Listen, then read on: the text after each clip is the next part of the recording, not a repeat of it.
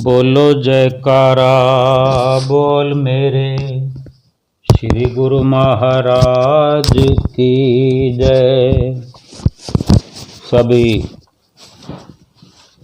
गुरमुख प्रेमियों से सप्रेम जय सच्चिदानंद। भगवान कथन करते हैं, भाव का भूखा हूँ, भाव ही एक सार है, भाव से मुझे भजता जो, भव से बेड़ा पार है। कितना बड़ा वरदान। हम अंदाजा लगाएं कि संसार के अंदर, परिवार के अंदर, समाज के अंदर हम जो भी हमने संबंध जोड़े हुए हैं, उन संबंधों में रहते हुए हम कितना कुछ प्राप्त करते हैं और कितना प्राप्त करना चाहते हैं, ये एक थोड़ा सा अपने व्यक्तित्व पर दृष्टि डालने की जरूरत है, विचार करने की जरूरत है कि हम क्या खर्च करते हैं इस संसार में, संसार के संबंधों में। जो कुछ भी प्राप्त करना चाहते हैं उसके बदले में क्या खर्च करते हैं, और हमारे पास अधिक से अधिक क्या है। संत महापुरुष तो हमें नित्य प्रति समझाते रहते हैं, क्या हम समझ पाते हैं? थोड़ा सा हम गौर करें तो जो कुछ भी हम संसार का पाना चाहते हैं, उन संबंधियों से, कुटुंबियों से, मित्रों से जो हमने एक रिश्ता कायम किया है, हर किसी से, हर किसी की मदद से कुछ प्राप्त करना चाहते हैं, वो कहीं ना कहीं तो उसको कहा जा सकता है कि हमें सुख की तलाश है, शांति की तलाश है। लेकिन क्या मिल गई है हमें?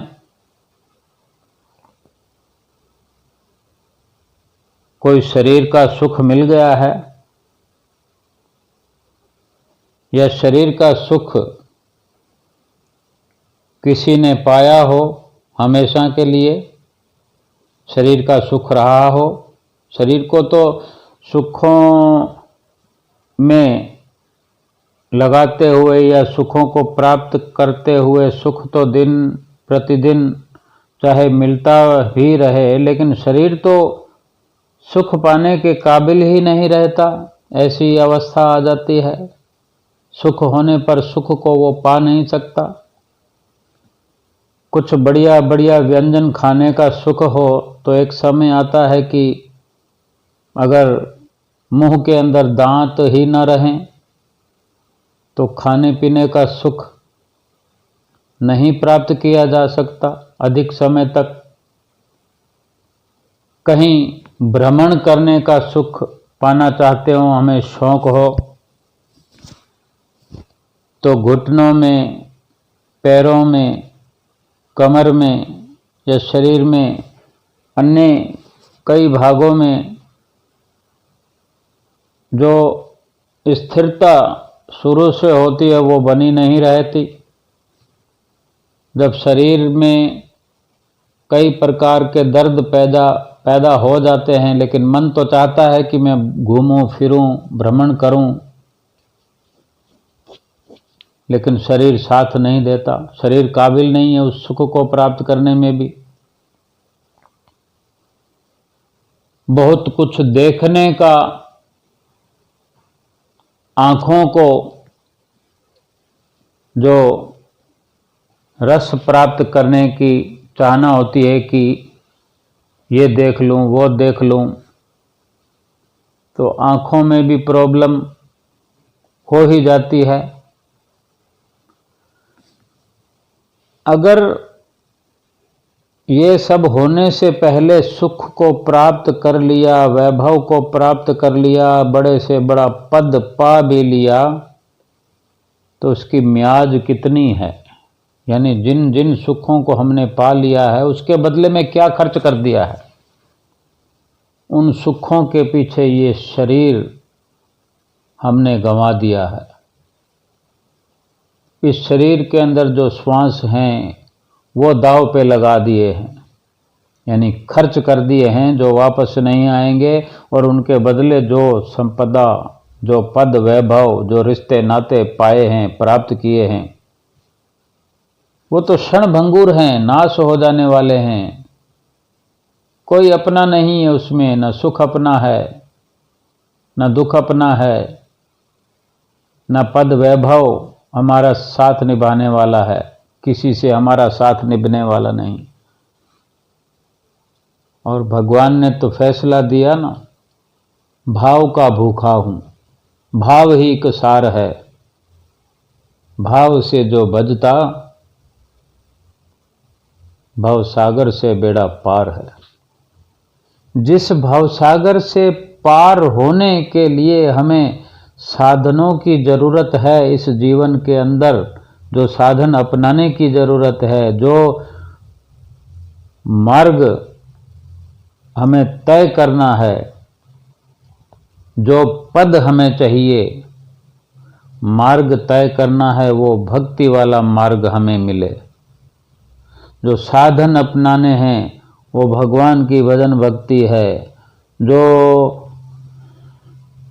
पद हमें चाहिए वो पद गुरुमुख का जब तक हमें न मिले, सेवक का दर्जा न मिले, तो ये संभव नहीं। तो जो हमें करना है वो अगर नहीं किया तो भव से तो इस तरफ रह जाएंगे, मझधार में लटक जाएंगे, अटक जाएंगे, यानी 84 लाख योनियों में चले जाएंगे। भगवान की वाणियों पर अटल विश्वास करके हमें जीवन व्यतीत करते रहना चाहिए, श्वासों को खर्च करना चाहिए। इतनी अनमोल पूंजी को खर्च करने के बाद में हमें क्या मिला? दुख, कलह कल्पना। भक्ति करने वाला हो या संसार में लिव लगाने वाला हो, शरीर पर जो उम्र के दुख हैं, शरीर की कमजोरी के जो दुख हैं वो तो आएंगे ही, लेकिन बड़ी बात यह है कि इस शरीर को हमने इस्तेमाल करके जो सुख हासिल करना था, सच्चा सुख, इस लोक में भी और परलोक के लिए भी, जीव आत्मा की भलाई के लिए, जीव आत्मा को सदा सदा के लिए खुशहाल बनाने के लिए जो पद हासिल करना था, इस शरीर को मिटाकर मिटते मिटते वो सब हासिल नहीं किया, तो ये शरीर दोबारा नहीं मिलेगा, मनुष्य जीवन दोबारा नहीं मिलेगा। वो मौका जो हम जन्म जन्मांतरों से हासिल करना चाहते थे, वो मौका मनुष्य जीवन का मिलने के बाद भी उस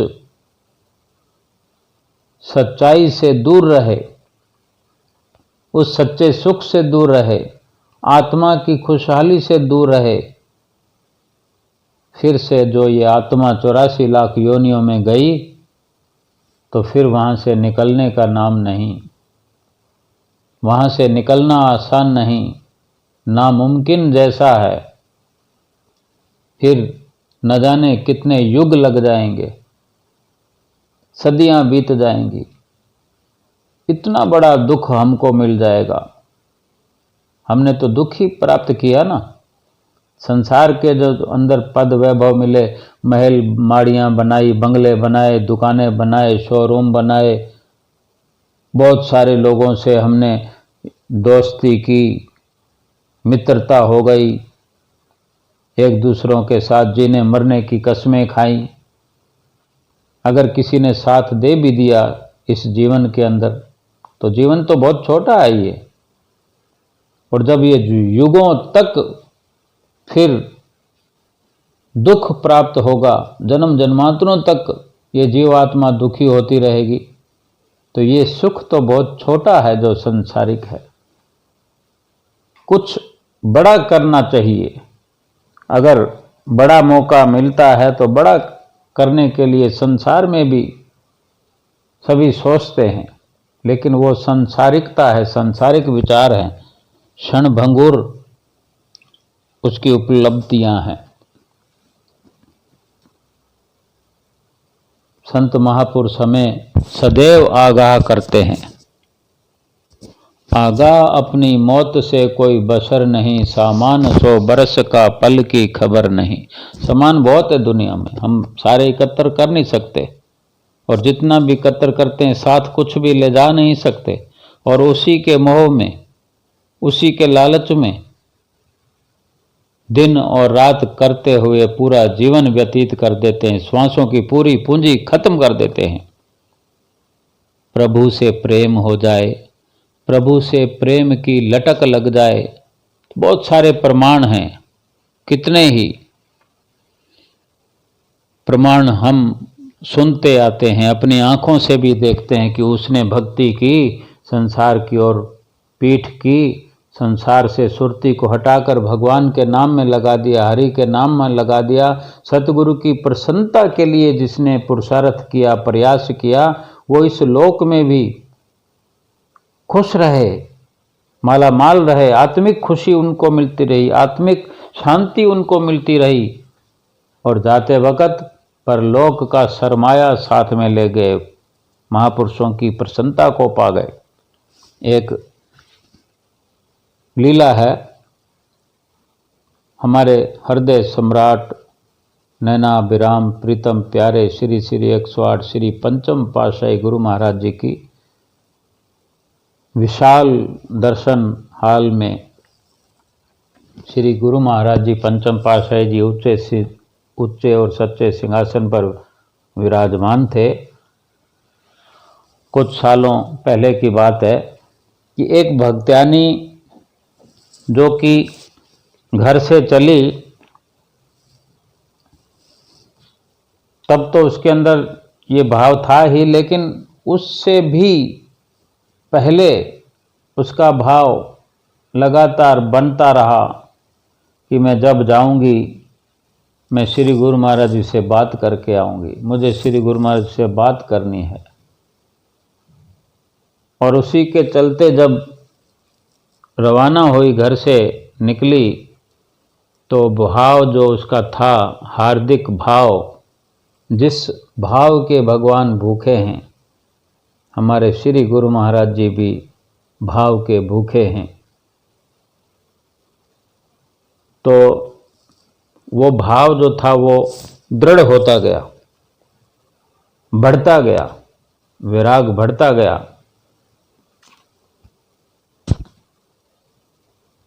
फिर जब श्री दर्शनों में वो भक्तानी पहुंची है, विशाल दर्शन हाल का नज़ारा हम सब जानते हैं, कितनी अथाह संगत होती है। त्योहार के दिनों में, व्यास पूजा का त्यौहार हो, वैसाखी का त्यौहार हो, ये दो बड़े त्योहारों पे कितनी भीड़ होती है, रश होता है। लेकिन जो प्रेमी का भाव है वो उच्च कोटि का है, तो फिर हजारों की भीड़ हो, लाखों की भीड़ हो, जब श्री गुरु महाराज जी स्वयं अपने प्रेमी को, जो कि भाव से भजता है, उसे अपने आप बुलाते हैं, अपने आप ढूंढ लेते हैं, सब कुछ आप करते हैं। तो वो भक्तानी जब दर्शन हाल के अंदर आई, विशाल दर्शन हाल का नज़ारा देखा तो घबराने लगी, घबरा गई, भयभीत हुई कि यहाँ कैसे श्री गुरु महाराज जी से मैं बात करूंगी, कैसे मैं अपनी इच्छा को पूर्ण कर पाऊंगी, क्या मुझसे श्री गुरु महाराज जी बात करेंगे? जो मैंने अपने अंदर भाव संजोया है, क्या वो मेरा भाव श्री गुरु महाराज जी के चरणों में पहुंच पाएगा? बहुत कुछ सोच विचारें उसके अंदर चलने लगी और एक पिल्लर के साथ खड़ी हो गई भक्तानियों साइड, लाइनों में न लग करके, क्योंकि घबरा गई वो कि कैसे होगा, कौन सुनेगा मेरी बात। श्री गुरु महाराज जी तो इतने दूर सिंहासन पर विराजमान होते हैं, कैसे मैं अपनी विनती गुरु महाराज जी तक पहुंचाऊंगी। अपने आप को बहुत छोटा महसूस करने लगी, दीनहीन गरीब बनकर उस पिलर के पास खड़ी हुई हैं और लगातार श्री गुरु महाराज जी का ध्यान करते हुए अपने इन विचारों को अपने अंदर चलता हुआ देख रही हैं, लगातार देख रही हैं, विचार लगातार चल रहे हैं। और इसी चलते कुछ समय के बाद जो लाइनें लगी थी, भीड़ थी, वो भीड़ कुछ कम हो गई, भीड़ कम हुई और हॉल के अंदर जो संगत थी लगभग सारी लाइनों में लग गई, हॉल खाली होने लगा, लाइनें भी चलते चलते थोड़ी हल्की हो गई भीड़। श्री गुरु महाराज जी ने एक महात्मा जी से आदेश किया कि वो पिलर के पास एक भक्तानी खड़ी हुई हैं, उसको लेके आओ, यहाँ बुलाओ।